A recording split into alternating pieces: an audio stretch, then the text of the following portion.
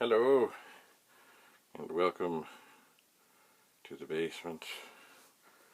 Today, I'm, well, not totally prepared, but somewhat prepared.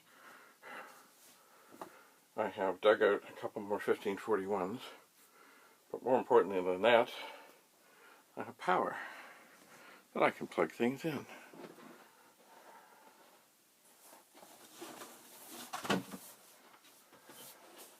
Oh, what's that?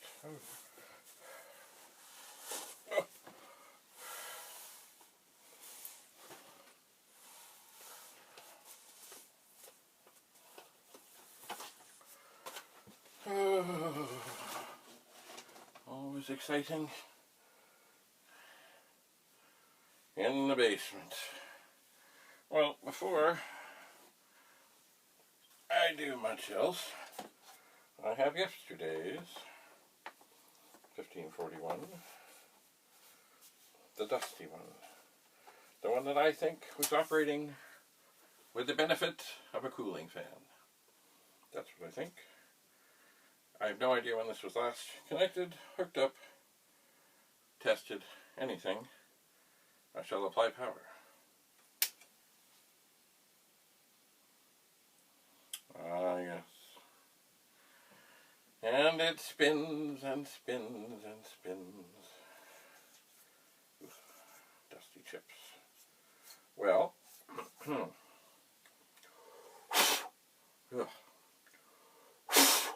what does that mean? That can mean all kinds of failures. Typically, it is usually one of the large chips. Not necessarily, though.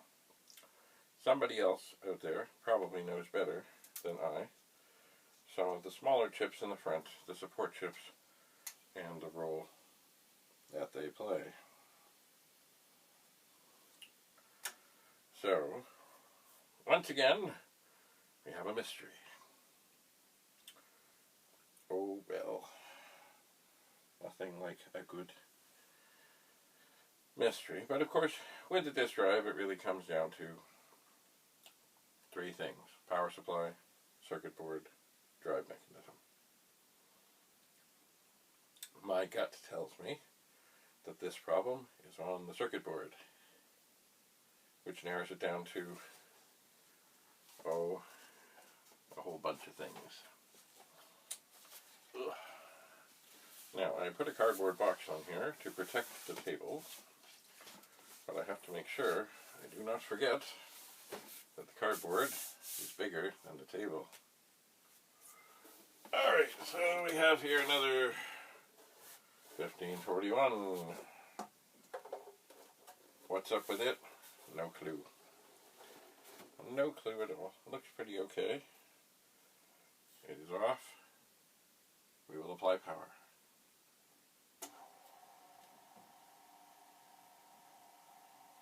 It is noisy. And it's two spins. Oh, this is different though. 1, 2, 3. It's giving us an error code. It is flat. It is spinning, but the LED on the front of the drive, as you can likely see, is flashing in a series of 3. That means something. What does it mean? I'm not sure. But I can figure that out.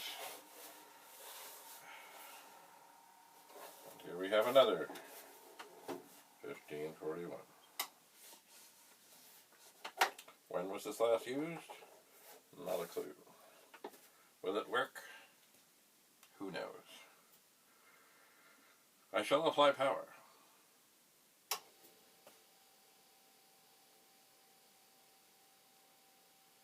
And it too spins endlessly. Now, is it displaying an error message? 1, 2, 1, 2. Look at that. 1, 2. It is. So this is displaying a number 3. This is displaying a number 2. And this one, from what I recall, was doing none, no flashing. It was just on. Oh joy. Oh wonder. 3 1541s that require attention. I was kind of hoping I would find at least one of these that was working, but it seems not. Oh well, not that I don't have drives that are working, I was just not looking specifically for more projects. Oh, endless projects. Alright. Well,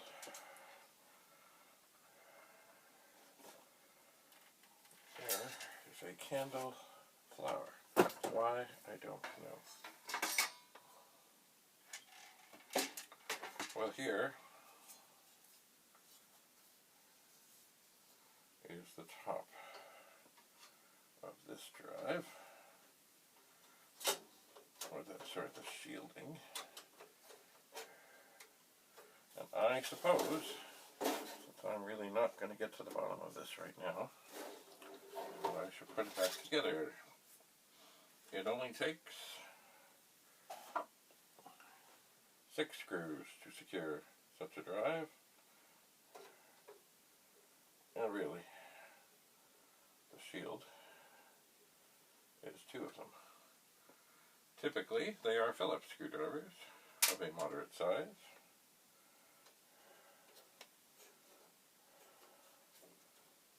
Typically, they are. I could be using my Commodore keychain for this, but I shall not. Now, there are, of course, 4 screws that secure the disk drive. There are. It's funny, you know, as I look at the lid here, it almost looks like the Commodore logo could, in fact, come out. But then maybe not. I don't know. Now, if I was, of course, thinking ahead,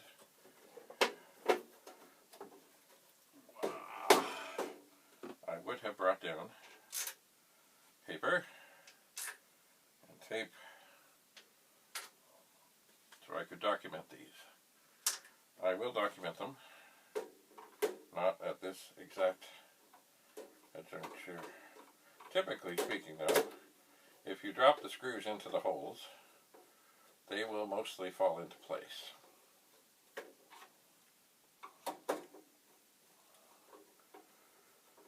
Sometimes you have to sort of wiggle them around a bit. There, but you can feel when it feels right.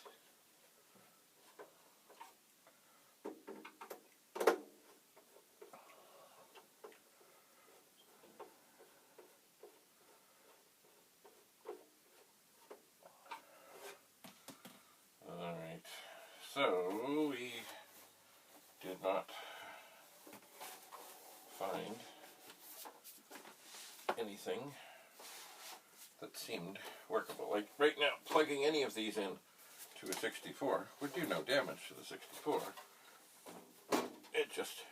There would be no chance of having anything like work at all to run the performance test on. Wouldn't do it, because none of them would be listening or talking, communicating, or anything at all. Oh well. Nothing like a good mystery. I did do a video a while back on 2 identical white 1541s. And it's funny how they look the same. Essentially they were the same inside. And one of them would work just dandy and the other one had a failure on the circuit board that was not one of the main chips. So, I have not pursued that yet. Actually, I've sold some parts of that disk drive.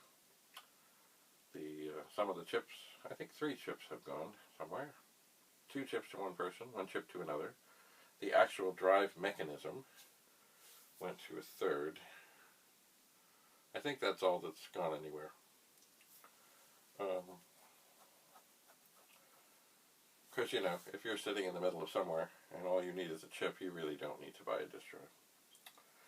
So, I do need to find some paper and document these. I don't have a power supply right handy to test the Commodore 64 that I opened the other day. So, you know, if I'd had something here that was working, I might have done more things. But anyway, this is David Bradley from the basement. 3 1541s that are somewhat deficient and sickly, but they can probably be saved. Probably. If I remember rightly, one of them, oh yes, one of them has the turn door. Remember, I think that was the new tech model. I like the turn door better than just the pop-down thing.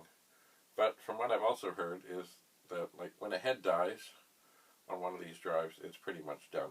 I mean, the drive mechanism is done. And the new tech drives, which are the ones with the cute little flip-down door, apparently do die more often than the others. Oh well. Alright, I think in the next episode I will investigate 1, perhaps 2 Amiga 2000s that I found down here. Are the batteries still in them? Excellent question. I don't know. I tend to think that probably they are. Now, the one saving grace may be that, from what I can tell, they have been stored on their side rather than down flat. So that maybe if there's been any battery leakage, that it has not befallen the circuit board. But what do I know for sure of this? Nothing. Nothing at all. So, thanks for coming. Do stay tuned as I continue